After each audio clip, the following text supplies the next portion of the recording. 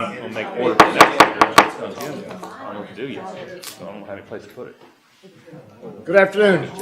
Well, it looks like you got to put up with me for a few months here, but that's okay. I'll try to be nice if that's possible. Do welcome. I appreciate you taking your time to come out. We'll start out with introductions. Byron Chapman, Mayor City of Middletown, and the chair of this board. Kevin Nuss, Oldham County. Thomas Witt, KYTC. Tom Hall, KYTC District 5. Arnie Bowling, City of St. Matthews. Aida Golden Duck.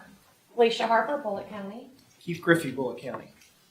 Larry Cheney, Kipta. Kevin Beatty, Town of Clarksville. Matt Nier, City of Jeffersontown. Jim Udi, NDOT. Brian Dixon, Clark County. David? David Burton, Kipton. Keith Buckley, HDR. Elizabeth Park with Gibson. Andy Rush, Kipton. Nick Vale, Kipton.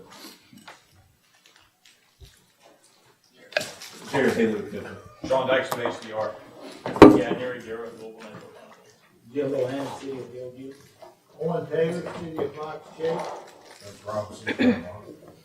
You're going moving that. Isaac Myers, Governor's Office. Bert Stockton, Fisherville Area Neighborhood Association. Gretchen Milliken, Little Metro. Mike King, Little Metro. Amy Williams, Phillips Buildings. Rob Fraser, HDR. Mr. Dare? Bill Dare, Mayor City. Welcome. Tanya Higdon, KY. Thank you so much. Item number 2 is the approval of the minutes of the meeting of January 24, 2019. Need a motion to approve. So moved. Second? Second. Any additions or corrections? All in favor, aye? Aye. Opposed? Hearing none, motion carries. Item number 3, this is the public comment period. Anyone wish to address this board? This would be the time to do it if you wish. Going once, hear no one. Moving on to item number 4, public comment period. Larry, it's yours. The public meeting report. Yes. Ms. Ashley Tenius is at a convention today, so she will bring you that report next week. We did have an open house for our amendment in this last month, and at the Southwest Library, accepting comments on the amendment to the plan and the tip. And she will fill you in when she returns. All right, thank you, sir. Item number 5 is a regional freight mobility study. Elizabeth French? Yes. Hello, everyone.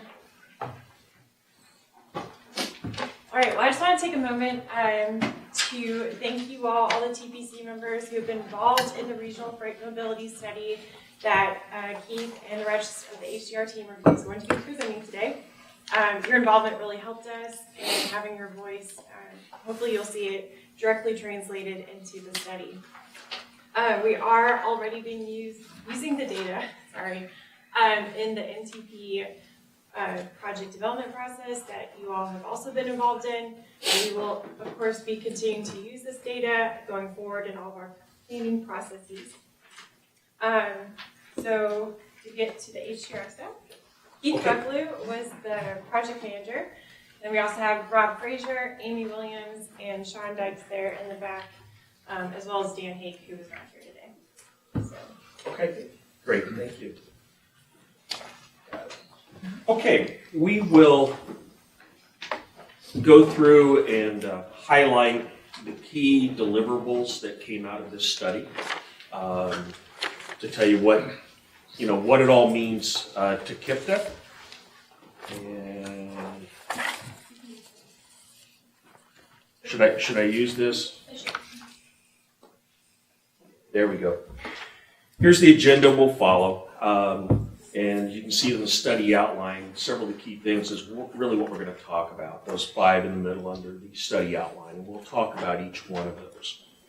And the purpose of the study is really to inform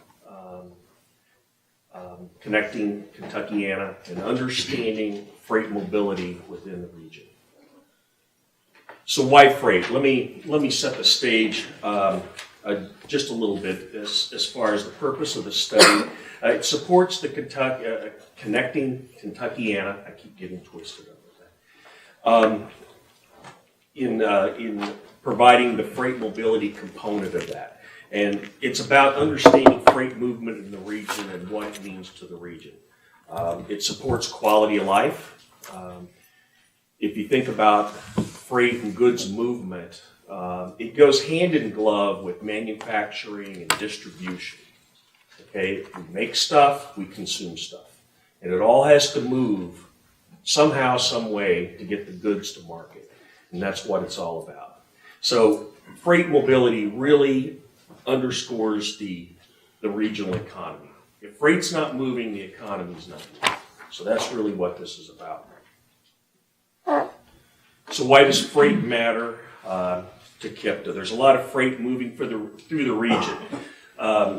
If anybody's traveled around the city, which I'm sure you have, around the metro area, you know trucks account for 20 to 25% of the vehicles on the road. They're not empty, they're hauling lots of stuff that people want and need. Finished goods, commodities, it's quality of life. Freight movement accounts for 40% of the region's GDP. Accounts for 30% of the jobs. And if you think about all the truck driving jobs, you think about all those manufacturing jobs at Ford plants, GE, and so on, it's reliant upon getting those goods to market. So freight supports literally all the sectors of the economy. Here's the contents again of the freight study, and we'll touch on each one of those. We wanted to take a balanced approach. It would be easy for us to just talk about freight, but freight has to coexist with everything else. People mobility is just as important as freight mobility. And in an urban area that continues to have population growth, it's important that you find a balance. It's difficult to have bike lanes next to truck lanes. But so somehow we have to find a way to coexist, be able to move goods to market. It supports the economy, but it also supports quality of life. And then underneath both of those, workforce mobility and economics and land use really support both of these. In Connecting Kentuckiana, there's one freight goal in there. It's about the timely and efficient movement of goods, throughout the region. And so we developed 6 freight sub-goals, which I'll talk about here in a minute, to support that. This study is also integrated into the current processes, specifically the performance management plan. And if I'm not mistaken, this was just revised and updated just a few months ago, probably October or November. So this supports that. Within this particular study, we developed and recommend several performance measures that would fit into the performance management plan. And that's the highlight of that particular slide. Stakeholder involvement was fairly robust. This particular study was developed in about a 6 or 7 month period of time. Throughout the period, we had stakeholder engagement ongoing the entire time. We had some sessions with carriers and shippers, as well as the TTCC, and we developed interviews as well. So it was an ongoing process. We derived a lot of great information from the stakeholders, and it also validated a lot of the data that we had and the information that we had for the study. Here's some of the interviews that we did. These were more of the in-depth ones, as you can tell. It was all the freight modes: air cargo, rail, inland waterway, trucking, as well as some of the major shippers that are listed here. Some are manufacturing, light assembly, others are distribution. And once again, these help validate a lot of the results or a lot of the information and data that we had, that we were using. Okay, so I'll delve in rather quickly here on Chapter 1. In Chapter 1, we did a freight profile, and this is kind of the big picture of freight throughout the region. Here we discuss all the modes of freight and how they connect, because it's important to have connectivity between the freight modes.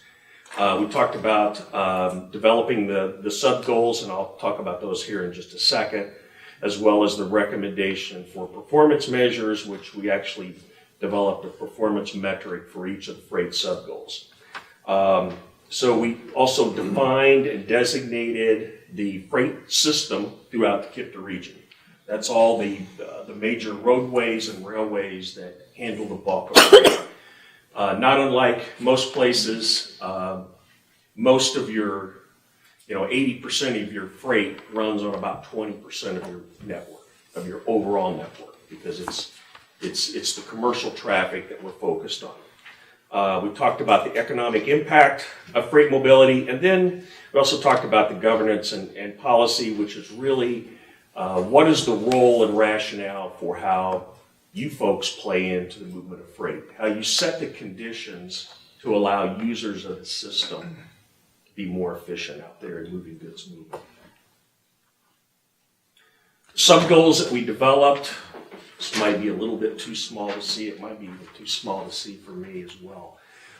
So I guess I'll touch on those. Create a responsive and resilient secure freight system, improving safety and livability, utilize technology and innovation, partner with the public, which we did a lot of that, maintain a good state of repair. You have to maintain what you have. And improve mobility. It's all about being efficient, but being reliable. And that feeds into the freight goal that's currently in connecting Kentuckiana. And these goals also support the state freight goals that we have listed here in the 2 state freight plans, as well as the freight goals that are delineated in the FAST Act and by federal highway. So they all support that. The performance measures that we developed on the left of this are the freight sub-goals. And so, like anything in business, you can't really manage what you can't measure.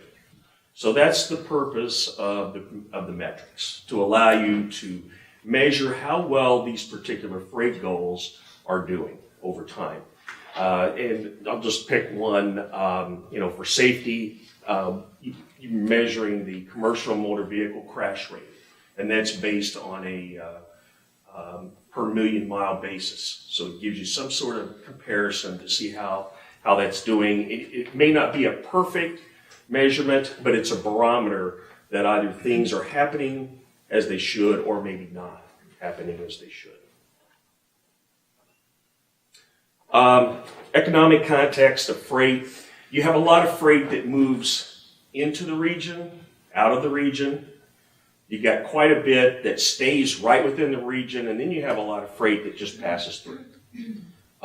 Given the geographical location of Louisville, it's not uncommon to have as much as 30 or 40% of the overall freight just passing through the region. Because Louisville, this urban area is like a gateway in the Midwest and the Mid-South.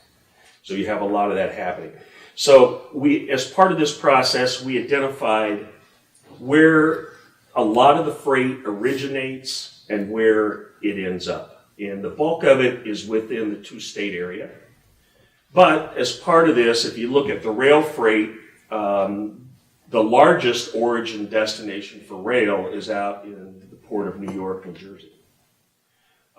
Truck freight, it's a lot within the region, as well as Kentucky and Indiana, but the next largest is to Nashville, followed by Chicago, Cincinnati, Columbus, and then further out it trails off. So it helps to know where those major freight corridors are that support and moves freight in and out of the KIPTA region. As part of this process was developing the freight network. This shows the rail and major roadway routes that support the majority of truck movement throughout the region. It's not, should not be a surprise, we're talking about interstate highways, some of the state highways, and U.S. highways. But again, this network supports 80 to 90% of your truck movement. And that helps you decide if we're going to do freight projects. This kind of helps you prioritize where you would be looking to support freight type projects, because that's where you're going to get the biggest bang for your buck. And this also provides, in a way, guidance, because this ties into the state freight plans for both Indiana and Kentucky with the state freight networks. These are connected with that as well. Then we overlaid that with origin and destinations of freight. These are freight clusters, which is where freight originates, and for lack of a better term, I think we use shopping. It's a lot of retail, but it's also distribution as well. And those areas tie in to the freight network. We don't really see any major disconnects there. Where the bulk of the freight originates and terminates, it's tied in very well with the freight network. And there's some identified growth areas there. Hopefully these are not a surprise to you. And at this point, I'll turn it over to Rob. Rob is going to talk about Chapter 2. And I'll just reach right over here. Yeah, thank you. All right, so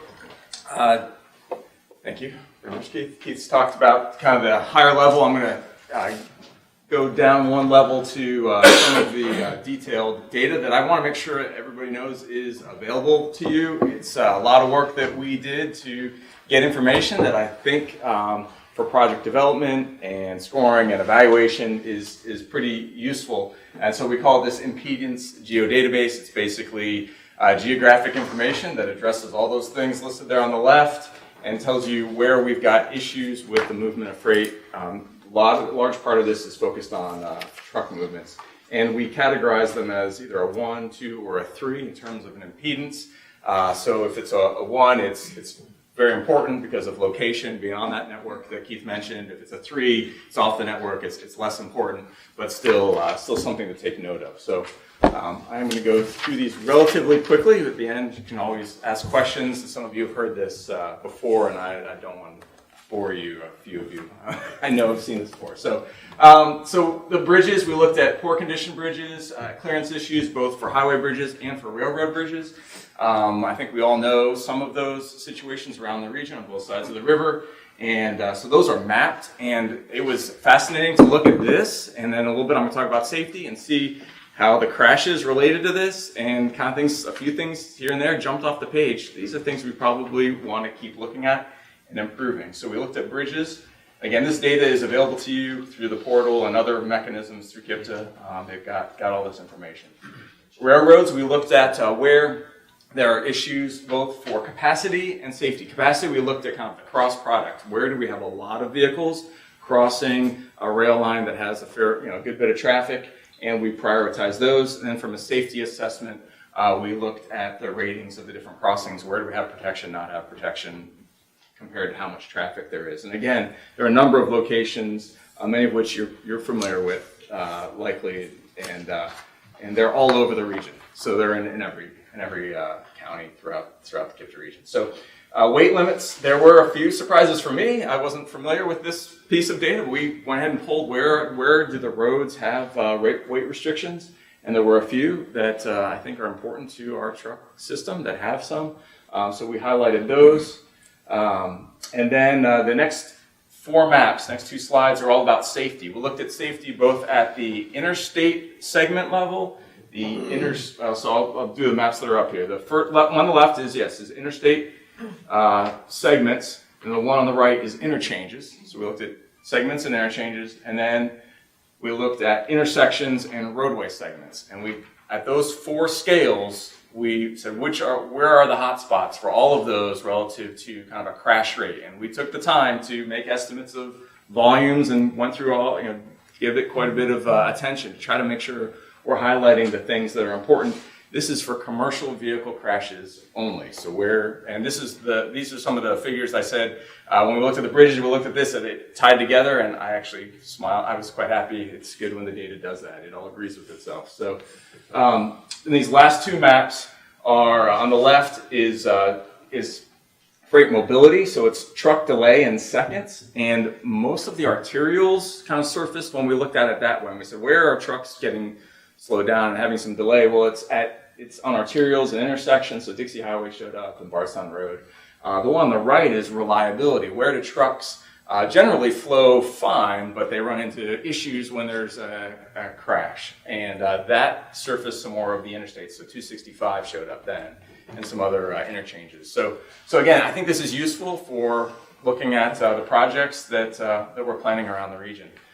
This slide is to say, okay, so we had all that data, and we had all the discussions and stakeholder involvement, so all the balls on the right going into the funnel, we put it all together, and we came up with this list of areas where we have needs and need to do some thinking about next steps and recommendations. And so I'm just going to pull off the second one on the upper left, congestion and reliability. So if you look at that, we identified where are there congestion issues, where are there reliability issues, and so that's all in this geodatabase. It's all mapped, and we've got how much congestion, and so we have the ability to then take this and kind of take some action on it and start planning projects. Some of these projects are going to be fairly expensive, and it's good to start planning for them now. And so there's various recommendations in the document addressing these. I'm going to go back and just say, so another one would be truck parking. You know, there's some things there. And so on the way here, I know there's multi-state effort. I saw a big sign on my way from downtown saying, go to truckparking.com to, you know, and people are taking some of these things very seriously. And so we identified that as a need, and a lot of the states in this area have identified it as a need, including Kentucky, and are working on that. With that, I turn to Amy. All right. So there's a lot of great information in this study that was compiled. There we go. Rob's doing the official Vanna White. But it's a study. It's a lot of information. And so one of the goals out of this was to say, how can the local sponsors, the local communities, have a little bit more information, a little more readily available to their fingertips, or a little bit easier to understand. And that's where this Freight Design Guide came into play. And so this is a short document that basically it goes through a couple different larger topics. So it looks at roadway segments, which is one here in intersections, excuse me. So it goes through intersections, it goes urban, suburban, and rural. So it starts to address the many different kind of landscapes that we have within our MPO. And it starts to look at how are different design considerations taken into account when you're planning within a freight area or freight corridor.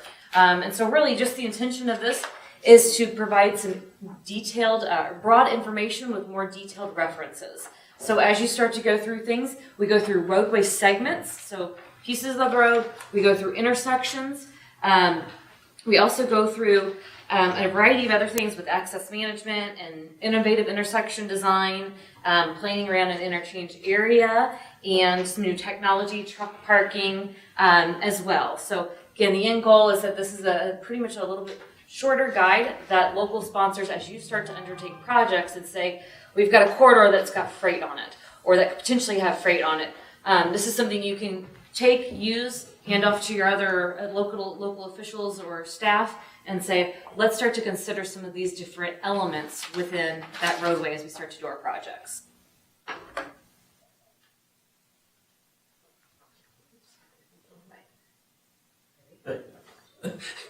I was waiting for the right slide. Okay, well, next steps. We're already kind of into next steps already. Elizabeth mentioned you're already using some of the data and information that's there, not waiting. And that's one of the pluses to this study, is that 100% of it is usable stuff. It's not just something you can sit and you can't take anything out of it. It's all good stuff. It's already a bestseller. And given that your position, you get a free copy. So, sign up now, and it's available out on the website. It will be. Will be up today. With the final vote, it will be. And you will get your free copy of the bestseller of the freight study. And I encourage you to take it and use it. It's really a good document. And so some of those recommendations is continue to work with the stakeholders in the region. They were very helpful in pointing out some of the needs and issues throughout. And those are the type of people you want to have as your partners. Okay, it helps build a better team. It helps you ensure that as you're moving toward project selection in the future, that you're really honing in on the important things. Okay. I guess that was short enough. Thank you. Yep. All right, so do we have any questions? None? Okay. Do you have any of the copies I do hand have out a or copy just, with me. If you want to see it. are they signed copies? Or No extra cost. Well, right now it's a draft until this group approves it. Yeah. In the design. So it's worthless. I think, since really it's not. not a- We do need a motion to approve this study then. So moved. Have a second? Second. Any other questions, any comments back? Thank you so much for your presentation. All in favor, aye? Aye. Opposed? The study is approved. Thank you so much. We do encourage all of you to use this as a planning tool. There are a lot of things in there that even if you don't think that your community deals with freight, you do. And there has to be recognition, not always accommodation necessarily, but at least a recognition that freight moves throughout our community. You know, one thing I failed to ask, you said 25% of the vehicles on the road were trucks. In a lot of the places, not all of them. Right. Does the study, what kind of growth anticipation with the change of the world? We are looking, well, across the U.S., we're looking at about a 35 to 40% increase by the year 2040. Okay. So that's not that far away. When you're talking about infrastructure, that means tomorrow. It's quite a bit of growth too for trucks. That is significant. And, freight demand, when you think about it, we're a very consumer-driven society. We have a lot of stuff. We just do. We all got more stuff than we need, really. We really admit it. But the population is continuing to grow. And every time housing starts and all those things just really help feed that fire, so to speak, of a lot of goods moving. And that's the result of being a very advanced society. So. Did y'all do any consideration of driverless freight movement or drone movement? Because drone movement in the future is going to be a very big thing. There's a little bit in the needs recommendations, future technology, but we need to have our eye on it. There's just no specifics. So it's more of what's happening now, not what's happening in the future. It is more. And it recognizes that is coming, but it doesn't make any consideration necessarily for that. Because we really don't, at this point, know what it is. Even like the driverless trucks, that may not be an issue in urbanized areas because of the speeds and the fact that the platooning of trucks on wide open interstates is a little bit different when you get into the urban areas. So we really don't know what's coming. But that's an excellent question. Within our firm, we're tracking over 40 different technologies right now affecting just freight mobility, not all transportation. And, several things have already come to pass. Everything from electronic tolling to weigh in motion. You've got a lot of that.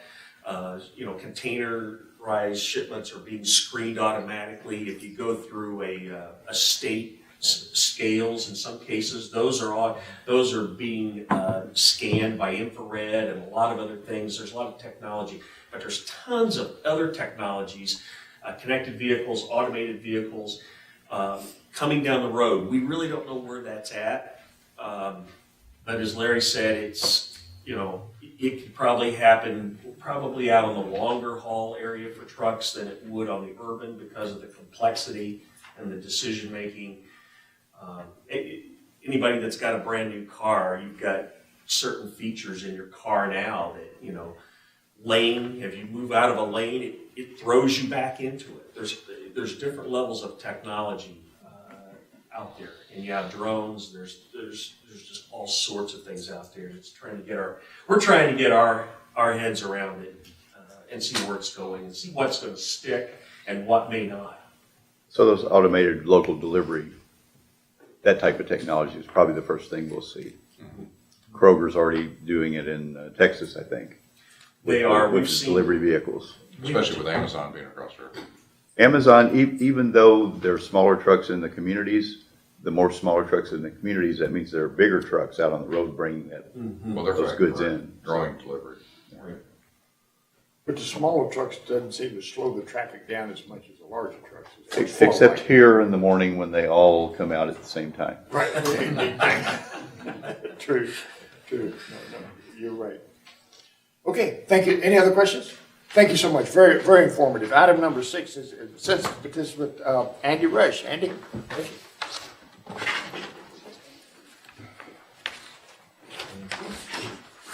All right, I'm want to present a little bit on the Census PSAP, Census Participant Statistical Area Program. There it is. Oh, that was good. And so what is the PSAP? I think most of you all might know because I presented something just like this at the TTCC a couple weeks ago, and also to this body back in November at our annual meeting at the Marriott. So this is our once every decade chance to tinker with, alter, modify, make them make sense to us, these census statistical area boundaries. And by that I mean the census tracts, the census block groups, the census defined places. Those are unincorporated places that in some level function a little bit like a city, small communities. And these things called census county divisions, which exist only in Kentucky because over in Indiana we have the townships. The townships take the place of census county divisions in Indiana. So KIPTA is what's called a primary participating organization. That means that the Census Bureau has asked us to coordinate that here locally.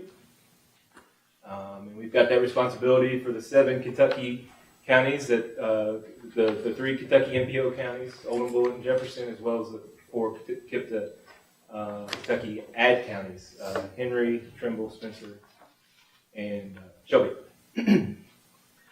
One thing to note here, if we don't do it right this time, we're stuck with it. We're stuck with it till the 2030 census, so it is worth paying attention to and making sure we do it right. So I want to talk for a second about what it doesn't cover, because I think real quick, conversation could shift to something like this. What this doesn't cover are municipal boundaries. That's a separate process that the Census Bureau also handles. So annexations and things like that are not part of this. Okay? It's not zip codes. Zip codes are separate. It's not school districts, and certainly we don't have the power to redraw legislative districts. Not here. So I'm going to explain a little about the geography. So this is the smallest level of census geography is known as the census block. These are tiny. These are real tiny. These are as small. We've seen them as small as the center island of a cul-de-sac. You think of a cul-de-sac as a center island that has a tree planted in it. I think sometimes we've seen those defined as census blocks, believe it or not. For the most part, they are literal city blocks downtown, sometimes smaller than that, of course, to quite large and less dense areas. They're defined typically by roads, railroads, anything that's a physical boundary typically is a block boundary.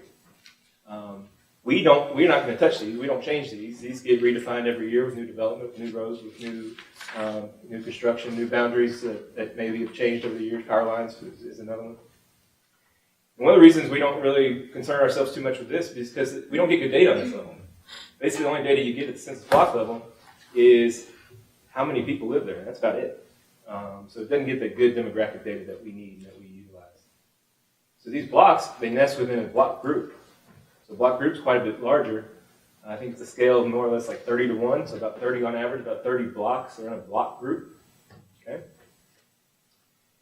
And so these are the smallest area that we get the good data for. Okay, so they have to be of a certain size. They have to be between 600 people and 3,000 people, 3,600 to 3,000 residents, it is, not workers, but residents.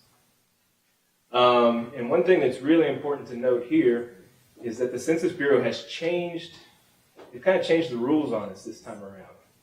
Back in 2010, and I think in 2000, and perhaps even earlier, this process existed, this PSAP process. We were here doing this a decade ago. Subsequent to that, MPOs and states were given the opportunity to define our TAZs. Those are the boundaries that we use for our travel demand model, among other reasons. We would the census would provide us really good data on that TAZ, those TAZ boundaries. They've taken that away from us. There will not be another delineation here a year or two from now after the census like there was back in 2012, let's say. So they basically said that MPOs need to pay real close attention to this process in ensuring that these block groups, which have the same minimum size, they both have the 600-person minimum size, that the block groups can make sense to either utilize as your TAZs, or certainly what we are likely to do, take the block groups, make them make sense for us, and then potentially split those in ways that make more sense down the road to make our own TAZs. Okay, so that's why we are considering making significant changes to the block groups. I want to be clear about that up front because we need to make sure it can make sense for us. So the next level up is the census tract. So census blocks nest within the census block groups. The block groups nest within the tracts. my scale's off on my squares here, but that's more like a 3 to 1. There's about 3 block groups or so in each tract. Okay? These are also open to change as part of this process. However, there's really very few reasons to change these. Okay, there are some, but these are recommended to keep constant so that you can compare decade to decade. We can compare what's going on in 2020 to 2010 to 2000 to 1990. When these are changed, you typically split them in half, so you maintain that outer boundary. So you combine 2 new ones to get 2 new 2020 ones, let's say, to compare to your 2010 data that was just that single tract. And then I put the county up here just to note that the census tracts must be within a county. They can't cross county boundaries. These other 2 that I mentioned earlier, the census county divisions, probably not going to change those. In fact, the Census Bureau says probably don't touch those. Census designated places, we've got 8 of those currently in our region. I think there's 4 in each state. That's certainly on the table to add new ones, remove them, modify them as we've seen fit. Had a conversation with Jim Urban in Oldham County, potentially expanding the Buckner CDP. A place like Buckner out in Oldham County is a good example of one of these places. It's not a city, it's not an incorporated place, but it certainly is a community that has that connection that makes sense to get data on. And it's nice to have data on going forward. So I presented this back in November to the TPC, and so at that time I was saying, hey, just heads up, this is coming our way. Be paying attention to this soon. So in late January, about a month ago now, Census Bureau distributed everything that they told us was coming. So that kicked off a 120-day process. There's 120 days that agencies like ours have to turn this back around and submit the boundaries to them by May 25th. So right now we're 30 days in, 90 days to go. What they provided us was some really detailed instructions on what we need to be doing. They provided us a specialized GIS app within QGIS software, and this software is called GUPS, Geographic Update Partnership Software. It's called GUPS. That's what's being shown on the screen here. You can see the census tracts are in blue with some characteristics to them, and you can see the block groups that are within them. Those are the pink boundaries within the blue boundaries, let's say. So certainly have some information there. So this GUPS software is what we are required to use to modify these areas and then ultimately submit it back to the Census Bureau using the prescribed procedures. Another important thing to note is that the Census Bureau has taken a crack at creating 2020 block groups and tracts for us. Okay? So they've already taken a crack at it. And if we do nothing, that's what we will live with for the next decade. And so many agencies may do that. And in many counties in this region, and I think it does make sense to actually do that, by the way. For the most part, there's probably going to be some changes on the block group level for the TAZ reasons I mentioned earlier. And there may be some changes to the tracts where they've altered the tracts. It might make more sense. It's at least worth looking at for us to say, hey, it might make more sense for the community if you split the tract a different way. Instead of splitting it east-west, maybe we split it north-south, for instance. One other thing to note is that River Hills is actually that primary participating organization for our 2 Indiana counties. Okay? So we've talked to them, and they've said, Kipta, yeah, you go ahead, you handle it, you coordinate it as you see fit. You're more well-equipped to do so. And so we are going to be working in consultation with them. I think ultimately they will have to submit it. I sent an email to the Census Bureau the other day, just procedure-wise. But we are working with them, and so it's going to be a similar process. Same process in Clark and Floyd County as it will be in Kentucky counties. Again, we have that deadline of May 25th. And one thing that's changed since the TTCC meeting is that I've reached out to multiple people or people within each of the counties to kick this off and say, hey, we're going to need your help. Who out in your county might want to have a say in this? And maybe most importantly, outside the transportation realm. Who cares about census tracts and block groups? That's not a transportation user of the data. Those people that we as KIPTA planning staff, or as MPO staff in particular, may not have that familiarity with. So here's what we started with. Here's the 2010 areas just for context. You can see 24,000 blocks, 800 block groups, and 300 tracks. So it's just to give kind of the scale. You can see what's going on in each of the counties. Jefferson is, of course, the monster. And so I mentioned earlier that the 2020 census, or the census has taken a crack at this, and these are the changes that they've recommended. Okay, so the net result of their changes in this light blue column in the middle are 28 additional tracks region-wide, 48 additional block groups region-wide. Many of the counties, 4 or 5 of them, no changes to the tracks. You're typically only going to create new tracks when you have significant population growth. And some of these counties, quite frankly, are probably too small to sustain more than even 2 tracks in Trimble County's case. So you can see in Jefferson County, I think we've got a lot of work ahead of us. They've suggested 26 additional tracks, meaning they split 26 tracks from the 2010 vintage and turned them into 2 tracks. Okay, so in the net result was 26 more. So we'll take a look at those, and then the block groups will kind of fall wherever they may.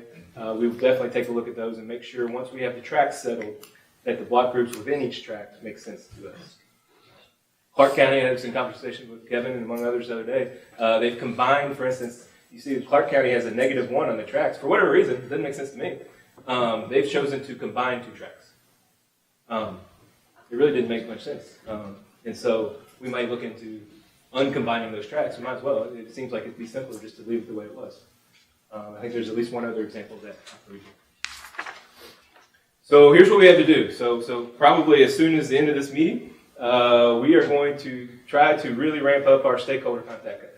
The folks that haven't heard from me yet, you're going to hear from me soon. If you heard from me already, you're going to hear from me again. Okay? So we only have 90 more days, and we've got to turn this all around. The majority of the work is ahead of us, not behind us. So this is something that we really need to make happen very soon. One of the ways that I think we're going to accommodate that is here in the middle is I think what we're going to do, and it's going to differ in each county, of course it will. But we may come up with a set of boundaries that makes most sense to us and provide that to you all to react to.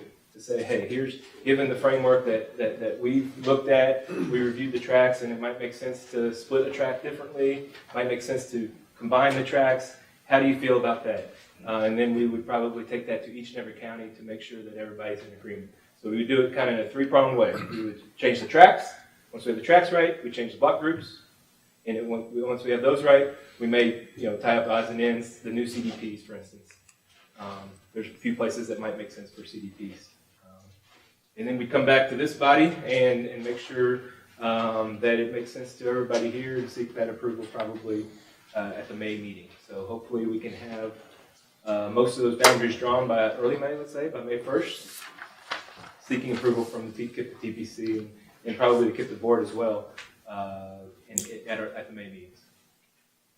Here's a little bit of schedule.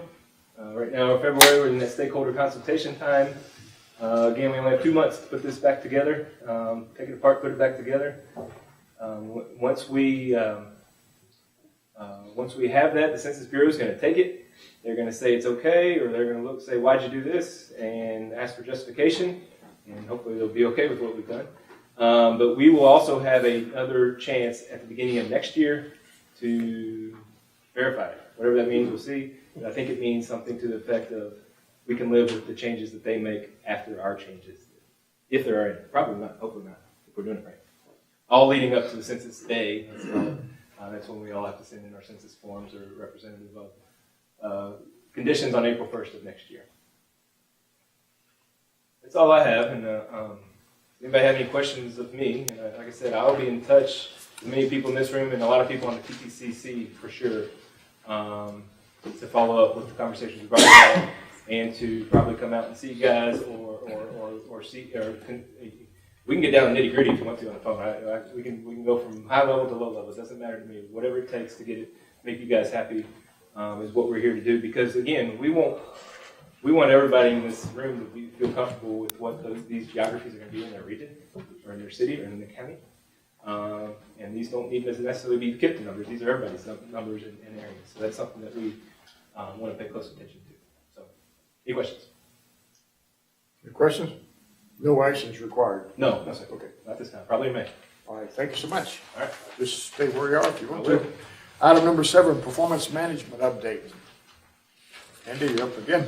All right, so Amanda Deathridge is the person that normally would be presenting to you on our anything and everything related to KIPS performance measures, but she's under the weather today, so I'm going to take a crack at it. Her and I have been working on it for a while now, so we'll see how long it is.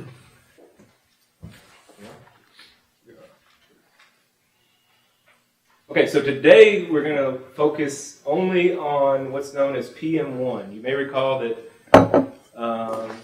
under the new FHWA performance measures, there's 3 primary groups, PM1, 2, and 3.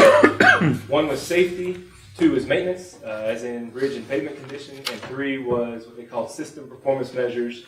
That included some of the travel time and travel time reliability. I think Rob had it up there, Robert Keith had it up there. The truck travel time reliability was amongst those, so that was the PM3. Today's presentation and today's approval that we're seeking is simply related to PM1, okay?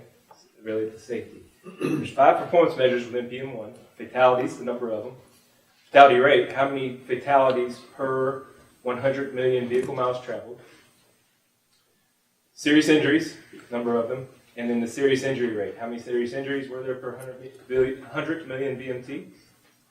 And then the 5th one is the number of non-motorized fatalities and serious injuries. So the number of fatalities plus the number of serious injuries that occurred in crashes that involved a pedestrian, bicyclist, horse-drawn buggy, a couple other things that qualify, but bicyclists and pedestrians. What we're here today to present are our 2015 to 2019 targets. The PM1 requirements were different than the other ones in that we have to come annually to create new targets. Rules we've got to play by. So that's what we're here to do today. We are changing the ones we had this time last year. However, the changes are reflective of a similar process, in fact, an identical process, but to meet the federal highways requirements, we are presenting those here today. So I think it's important to what I just mentioned to kind of note the difference between what we're considering a target and a goal. Okay, so these targets are really short term. They are prescribed to us. We are required to report the baseline, the 5-year rolling average baseline from 2013 to 2017, and use that to help us inform a target that is 2015 to 2019 5-year average of those 5 performance measures that I mentioned earlier. So those are short term. These aren't necessarily aspirational, but they are expectations given that we have to live with based on, we've got 4 years. 4 years are in the books. That target is 2015, 16, 17, 18, and 19. We've got 4 years and a month already in the books of that, so we can't be too aspirational. Most of the data is already in. So we're required to create a target for those 5 years. Compare that to a goal, and we do have a lot of these goals in our performance management plan. I saw Keith had that on his presentation earlier, at least the cover of it. That's the targeting 0 deaths mentality, and that's certain. And so the difference. I just want to draw that parallel between targets and goals. Long-term goals, we want to lower them, and we want to lower them significantly towards 0. But short-term targets are what we are pretty much here talking about right today. So. Target is 2015 to 2019. Our long-term goal, connecting Kentuckiana goals, will have something similar in there for the year 2040, for instance. Just a reminder, we had 2 options as MPOs when it came to performance measures. We could commit to supporting the state's targets. So that would that was one of the options available to us. Frankly, it was the option that most MPOs in Kentucky and Indiana chose. We're a bi-state agency, so that added additional difficulty for us. Which state would we support? How do you support 2 states at once? Was one of the questions that we asked over and over again. And we got some answers. They were iffy answers, but nonetheless, we settled on option number 2 here, which was to set our own targets. And that's to set a regional target for the 5 MPO counties.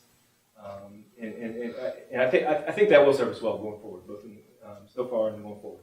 Does mean we're going to be presenting stuff like this to TPC on a regular basis. So here's the new data. First on fatalities. Okay, there's a lot of stuff going on here. So what we've got here, On the top left is statewide data from the state of Kentucky. Bottom left is statewide data from the state of Indiana. And then the green over here on the right is the 5-county KIPTA MPO region. Okay? So the circles, the ones on the line, are the actual number of fatalities for each of the years shown. Okay? So that's the actual number. You can see that Kentucky peaked in 2016 at 834. 2017 was a good year. And by the way, we did not include the two statewide totals because they had to do this similar process 6 months ago, and they didn't have the 2018 data at the time. But I can inform you that the Kentucky statewide data, 2018 fatalities was a very nice improvement. It was down like in the 720s, I want to say. The Indiana data did come down a little bit too. I want to say it was in like the 890 or something like that. So better than 2017. However, and it's important to note, still higher than we were just a few years ago. So region-wide and even nationwide, the last few years haven't been that good in terms of traffic fatalities. And we're not alone here. Okay. So that's what the circles mean. The squares on this graph, the ones nearer to the representing 2018. That's the existing targets or the 2018 targets, whatever we want to say, and that represents 2014 to 2018. That 5-year rolling average. Okay, so that's a 5-year rolling average that we're comparing to annual targets or annual numbers, annual actual numbers.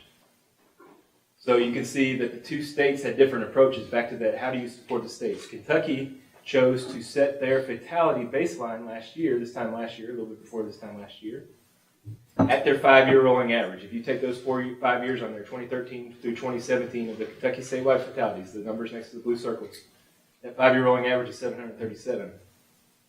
They maintained that target for the 2019. Indiana took a different approach where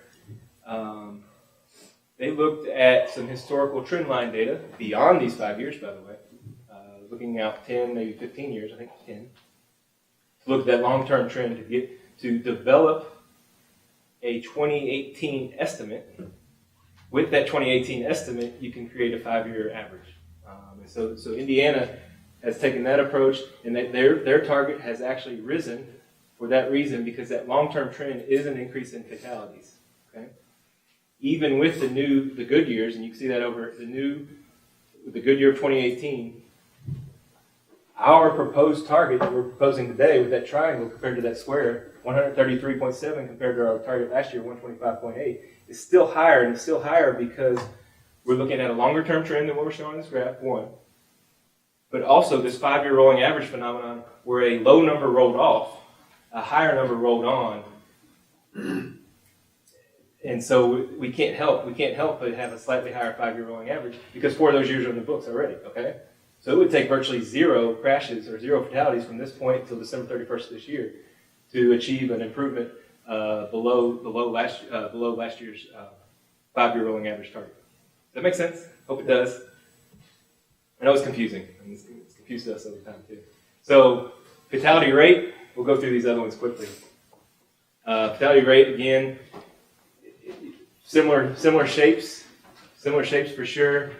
BMT is growing. It's growing slowly. Again, that's the other contributing factor. That's the denominator here. Crashes or fatalities over BMT. You can see a spike in Indiana in 2017. That's of note. Our fatality rate came down in 2018.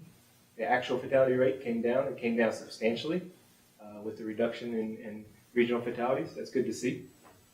Yet that target we're proposing today, for all the reasons I just mentioned, that target has inched up a little bit. Serious injuries is a bit of a different phenomenon. At least in Kentucky anyways, it's been a pretty steady drop over the last few years. That's a good thing to see. Indiana has traditionally measured their serious injuries differently. And so here in a few years, and only here in a few years, will we be on the same page here. So these are kind of showing a little bit different things. Indiana is playing catch up in terms of what the feds have required them to consider as a serious injury. It's the best we can do right now. We use their procedures. We used NDOT's procedures to account for serious injuries. Let me go back. Over here on the right, our triangle compared to our square, our new target is substantially lower than our target from this time last year, reflective of a significant reduction in 2018 serious injuries. In this case, we're rolling off a high year back in the 5-year average, bringing on a good year in the near term. That does wonders for our target using our methods. Serious injury rate is going to look the same. Showing some good things here in the KIPTA region. Non-motorized fatalities, serious injuries. Smaller numbers. We're doing smaller numbers in the most part. Here, Kentucky had the same approach. Whatever it was back 5-year average from last year is their target this year. Ours have inched up. We're rolling off a what appears to be a really good year of 82. We're adding a year of 114. That's going to impact our target going forward. Here it is summarized. So the numbers in the yellow are the ones that we're going to be asking for your acceptance and approval here today. Okay, so again, the baselines, the numbers with the white backgrounds, are the 5-year rolling average from 2013 to 2017. This is all prescribed. We must use these years. It's not like we have a choice. The targets that we are setting based on the methods, the same methods we used last time, are a little bit higher on the fatality rate and the non-motorized, and they're substantially lower on the serious injuries and serious injury rate. I think that's all that's on here. If there's any questions, I can answer them. If there's any questions going forward, Amanda can certainly answer them, or you can get in touch with me as well. But we are seeking a pair of actions today. If there's no questions, we can go ahead and begin. Well, and any questions? What's the more than one actions requested, or just one action? Yes. So two things we want to do. One, we want to approve the new targets, and so that'll put us in good with feds. Let's say because we are required to do this on an annual basis, so we need to establish them. Okay. And then we are also, the second action would be to simply include this and any in our performance management plan. Update the performance management plan with this one change. All right. So the first motion would be to approve the new targets. Is that the motion? So moved. Second? Second. Any questions? All in favor? Aye? Aye. Opposed? Hearing none. And then the next one is to include it in the plan, right? Yes, sir. Motion. Have a motion. Second? Second. Motion and second. Any questions? All in favor? Aye? Opposed? That would both motions carry. Thank you very much. Item number 8 is fiscal year 2018 through 2021 Transportation Improvement Plan. Nick? Yes, thank you. I'm here presenting today in lieu of Amanda, who's feeling a little under the weather. So these are administrative modifications for the month of February. We're not asking for action. These are only need to be presented to you all for informational purposes. There's about 8 pages of project changes at the end of the packet you received today, and that was in the mail out. These are all considered minor changes. Anything that would be deemed major change would have to go through our amendment process, which I think you guys have heard about. And Larry mentioned we had a public meeting for that amendment that's ongoing right now. These are more minor in nature, and in general, there's kind of 2 types of changes. One is projects that already exist in the TIP. Funding amounts can be raised, lowered, schedules can be altered, and those are considered minor changes. We can also add projects and they're considered minor changes, and we do that through the group project process. And if you guys recall last month, you all approved a new or a revised process for how we handle group projects. So just a little context there. I can answer any questions about any of these projects. I think there's 4 in Kentucky. Nothing major that's been added except for, I think, there is a large repaving effort over on 264, about 12 miles of it. And then in Indiana, I think half of the projects in here are railroad bridge related, safety issues, and some other random drones and things like that. They're actually in here. Probably the first time I've seen that. But if you have any questions, I can take those. If not, thank you for your time. Any questions? Thank you for your help there. Okay, item number 9 is the Transportation Technical Coordinating Committee asked us to ratify the election of Jim Urban, Oldham County's chair.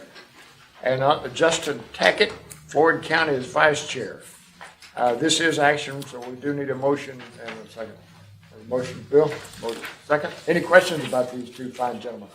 All in favor, aye? Aye. Opposed? Hearing none. Item number 10, any other business come forward to the board? I do. Yes, sir. Just a reminder that tomorrow is the last opportunity for Kentucky project sponsors to submit cost increase applications for any of the projects that have dedicated funds on them. So, that's it. Thank you. Yes, sir. Just wanted to ask Larry what the process would be. About a year ago, we did a corridor study of Highway 311 in Clark and Floyd County. For the course of the last 2 weeks, we had been approached by 4 different developers proposing a total of 250 new housing units that would create 2 new intersections to go along with a bad intersection that exists over a quarter-mile length of Highway 311. What do we need to do to re-implement or re-energize that 311 study to see what we can do to get funding to make improvements to that highway? That's a really good question. You've got some proposals in that study to do some 3-laning through there and access management and things like that. So the study should hopefully be your guide to what you can improve as far as those developments are concerned. Is there any way that we can use that guide to seek additional funding through the state? Because, like I said, these are looking at 2 new intersections on 311 and increased capacity of one existing intersection, which is already bad. It always helps to have a plan. Obviously, you have that. NDOT has been very open to the town of Sellersburg, talking to Sellersburg about improvements through town and coupling those improvements with the project they already have in place. This situation is kind of unique because 311 is kind of checkerboarded. It's Sellersburg, Clark County, Clarksville, Floyd County, New Albany. And unfortunately, these 3 are all within the area of Clarksville, but we're bounded on both sides by the 2 counties and 2 cities. So, it's going to take a joint jurisdictional effort or an overwhelming effort by the state to make these. That's a very unique circumstance with 311 that you have so many jurisdictions involved in such a short length of it. And because you're in the urbanized area, you probably won't get a lot of help from NDOT. So it's something that sounds like you need in the immediate future, if those developments are occurring now. You can apply for our dedicated funding, but it's taken for the next 4 or 3 years at least. Yeah, right? 3 or 4 years at least with the surface transportation funds. And that's the only avenue that we have, Okay. really. Pieces of it might be eligible for maybe CMAQ, statewide TAP dollars, or our dedicated TAP and CMAQ over the next few years. But that would be all that we could do here. Thank you. While I have your attention, who was the second on the TTCC election? Kevin, thank you. Any other business? Item 11, motion to adjourn. So moved. So moved. Second. All in favor, aye. Stand up. That's it. Thank you.